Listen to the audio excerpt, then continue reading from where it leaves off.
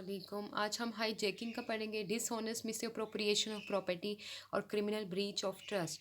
पहले हाईजैकिंग को देख लेते हैं। 402 ए सेक्शन है, हु एवर अनलॉफुली। सबसे पहले माइंड में रखें हाईजैकिंग क्या होता है। किसी भी एरोप्लेन वगैरह को अनलॉफुली जो है पकड़ लेना और उस पर अपना कब्जा कर लेना, तो उसको हाईजैकिंग कहते हैं। ठीक है, तो कहते हैं whoever unlawfully by the use और शो ऑफ फोर्स और by threat of any kind. कहते हैं कि अनलॉफुली तरीके से या कोई फोर्स शो करे या उसको फोर्स को यूज़ करे, ठीक है, या कोई धमकी वगैरह दे किसी भी फॉर्म में।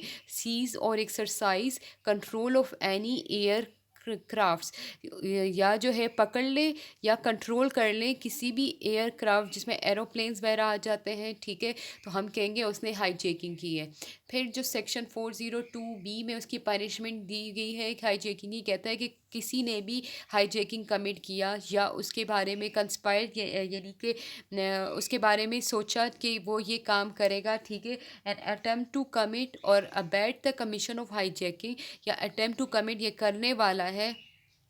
अच्छा, कंस्पायर साजिश को कहते हैं, ठीक है, और अबैट द कमीशन ऑफ हाईजैकिंग, या ये अबैट भी साजिश को ही कहते हैं कि ये हाईजैकिंग करने का उसने यानी हाईजैकिंग करने का उसने सोचा। Shall be punish with death, उसको जो पनिशमेंट दी जाएगी तो डेथ की दी जाएगी या लाइफ इम्प्रिजनमेंट की दी जाएगी। एंड आ गया है कि और क्या होगा, shall be liable for feature of property, उससे प्रॉपर्टी भी ले ली जाएगी प्लस फाइन, और फाइन भी लिया जाएगा, ठीक है, जिसने अगर हाईजैकिंग की हो। फिर 403 में कहता है कि dishonest misappropriation of property, dishonest बदनीति से मिसअप्रोप्रिएशन के किसी की कोई चीज़ लेके अपने तसरुफ में इस्तेमाल करना इलीगल तरीके से, ठीक है। तो इसमें कहता है कि किसी ने अगर बदनीति से किसी की प्रॉपर्टी अपने यूज़ में लेकर आया है और convert to his own property, और अपने नाम पे उस प्रॉपर्टी को कर दिया है, और वो प्रॉपर्टी क्या होनी चाहिए, मूवेबल प्रॉपर्टी होनी चाहिए। 403 में जो प्रॉपर्टी है यानी कि मूवेबल प्रॉपर्टी होनी चाहिए, तो उसको जो पनिशमेंट दी जाएगी 2 ईयर्स की दी जाएगी, और आगे तो या फाइन हो सकता है या दोनों चीज़ें हो सकती हैं।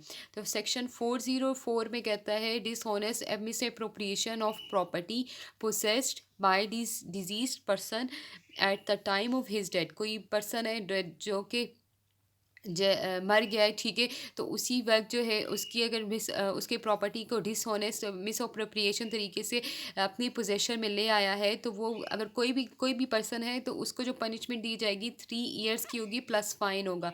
लेकिन अगर वो क्लर्क या सर्वेंट वगैरह है तो उसको जो पनिशमेंट दी जाएगी तो वो 7 ईयर्स की इम्प्रिजनमेंट दी जाएगी, ठीक है।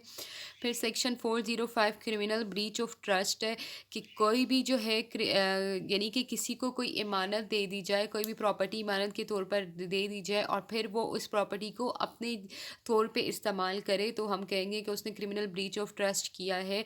या जो है उस प्रॉपर्टी को अपने नाम पे कर दे, या जो उसको कोई प्रॉपर्टी दी है कि फ़ला बंदे को तुमने ये प्रॉपर्टी देनी है, ठीक है, कोई डायरेक्शन वगैरह लॉफुली उसको डायरेक्शन देता है या कोई लीगल कॉन्ट्रैक्ट के बारे में बता रहा है, लेकिन फिर वो प्रॉपर्टी अपने तौर पे वो इस्तेमाल करते हैं, इसको क्रिमिनल ब्रीच ऑफ ट्रस्ट कहते हैं, ठीक है।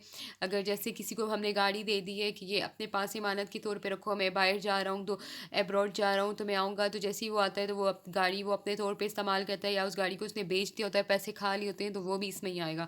इंटरेस्ट प्रॉपर्टी, यानी कि इंटरेस्ट प्रॉपर्टी मीन्स उसको इमानत दी है, मूवेबल या इमूवेबल प्रॉपर्टी दी हुई है, और डोमेन अवर मतलब मैंने ये शॉर्टकट लिखा है अपने लिए, तो आप लोग इसकी डेफिनेशन देख लें कि डोमेन अवर प्रॉपर्टी, और उस प्रॉपर्टी पे उसने क्या कर लिया है, कंट्रोल कर लिया है, ठीक है, डिसऑनेस्ट मिसअप्रोप्रिएशन कर दी है, या उस प्रॉपर्टी को अपने नाम पे कर दिया है, या डिसऑनेस्ट यूज़ ऑफ, या जो है बदनीति से उस प्रॉपर्टी को इस्तेमाल कर रहा है, उसको कोई डायरेक्शन दी गई थी या कोई लीगल कॉन्ट्रैक्ट करने का कहा हुआ था जो कि उसने नहीं किया, उसको वायलेट किया है, तो हम कहेंगे क्रिमिनल ब्रीच ऑफ ट्रस्ट उसने किया है।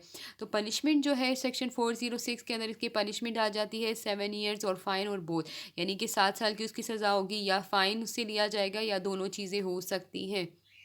उम्मीद है आपको ये लेक्चर समझ में आ गया होगा। प्लीज़ मेरा चैनल लाजमी सब्सक्राइब करें और मुझे फ़ीडबैक लाजमी दें। Thank you so much.